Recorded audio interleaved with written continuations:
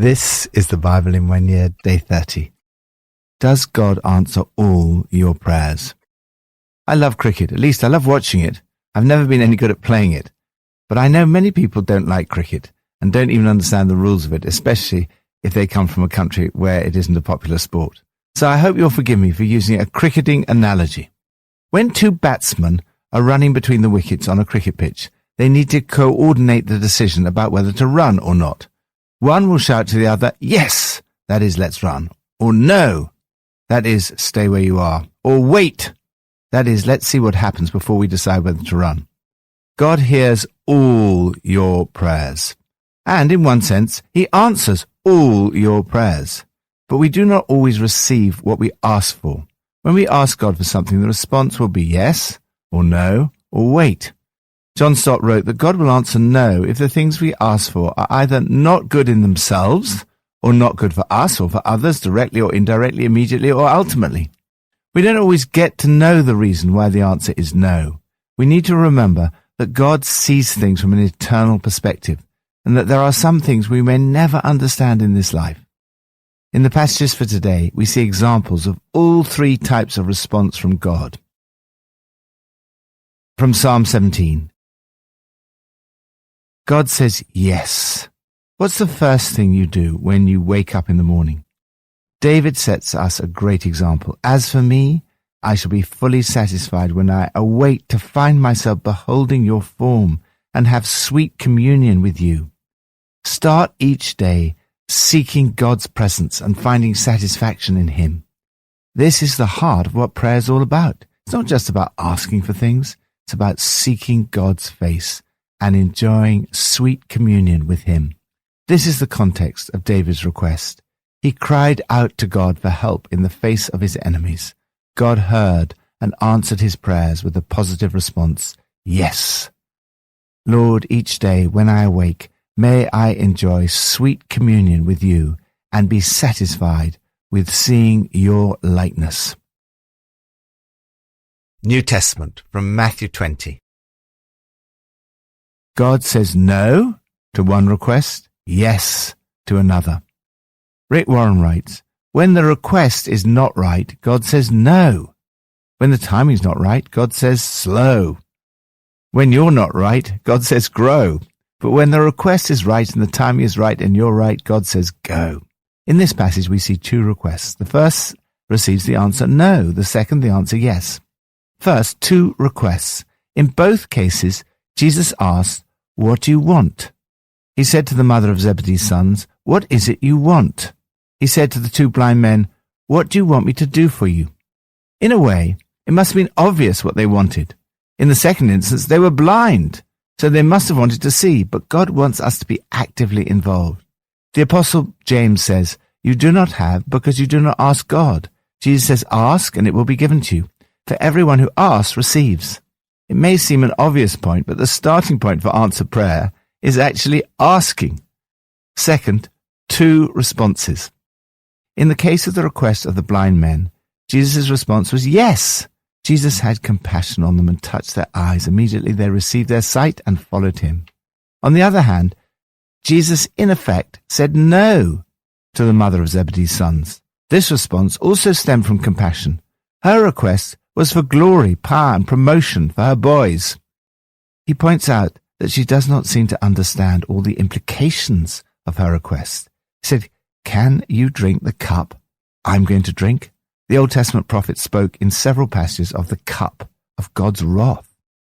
Shockingly, Jesus speaks of drinking this cup himself. He's going to give his life as a ransom for many. The Greek word for means instead of.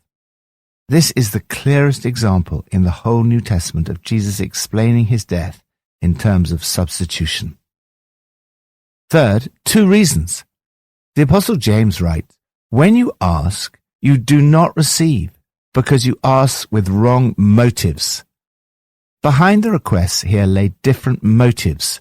Both requests were to do with lordship. The request of the blind men came from the recognition that Jesus is Lord and a desire for something good. On the other hand, Jesus points out that the mother's requests came from a desire to lord it over others. True greatness does not come from lording it over others or from what the world regards as success, wealth, position, fame, or having a successful ministry. Rather, Jesus says that true greatness comes from becoming a servant, following his example in choosing to serve, not be served. This is an example of where the disciples were wrong, and God said, grow. I think I've learnt more in my own life from the times when my prayers have not seemed to be answered than from the times when they have been answered with a yes. Certainly, the disciples must have learnt a huge amount from this unanswered prayer. Lord, thank you for the lessons that we learn from unanswered prayer. Thank you that you showed us true greatness. Help me to devote my life to your service and to the service of others. Old Testament from Job 15 to 18. God says, wait. Do you realize that whatever difficulties you are facing right now, Jesus is praying for you? Poor Job had to put up with increasingly irritating speeches from his friends, in which they condemned him more and more, wrongly accusing him. Job describes them as miserable comforters. With their long-winded speeches, they were absolutely no help to him at all. Some people wrongly believe, as Job's so-called friends did, that our suffering in this life is always caused by our own sin, or even by sin in a former life. So if people are born in poverty or with some genetic disorder, it must be their fault. This blame must be a terrible additional unnecessary suffering. The idea of reincarnation is totally repudiated in the Bible. When your friends are suffering, avoid being a miserable comforter. Rather, as Job suggests, encourage, comfort, and strengthen them, and soothe their suffering. One thing you can always do is to intercede, pray on their behalf, for them. Job said, my intercessor's my friend. As my eyes pour out tears to God on behalf of a human being, he pleads with God as one pleads for a friend. We're not told who the intercessor was, but whoever it was, he was a real friend to Job because he was pleading to God for him. The prayers of the intercessor may not seem to have been answered immediately, but they were eventually when God restored Job's fortunes. His answer to Job's intercessor and to Job was wait. Later, it was Job's intercession for others that was the immediate cause of his restoration. Who is Job's intercessor? Job says, even now, my witness is in heaven. My advocate is on high. In the New Testament, we see that the one who represents mortals before God is Jesus. He is your advocate with the Father. He is interceding for you. Jesus was Job's advocate. He was interceding for him. Jesus was pleading with God as one pleads for a friend. There is a similarity between Job's experience and that of Peter. Jesus said to Simon Peter, Simon, Simon, Satan has asked to sift all of you as wheat, but I've prayed for you, Simon, that your faith may not fail. As John Wimber used to say, the good news is that Jesus is praying for you. The bad news is that you're going to need it. Lord, thank you so much that you promised to be my advocate. Thank you that in the times when, like Job or Peter, it seems that Satan is sifting me like wheat, you are praying for me. Thank you that I know that even if it seems like I'm having to wait, the answer to my advocate in heaven's prayer will always ultimately be yes. Pippa adds, in Matthew 20, we see that the mother of Zebedee's sons seems rather pushy. We can all be overambitious for our children. There is a right sort of ambition for our children and a wrong sort. Jesus says, you don't know what you're asking.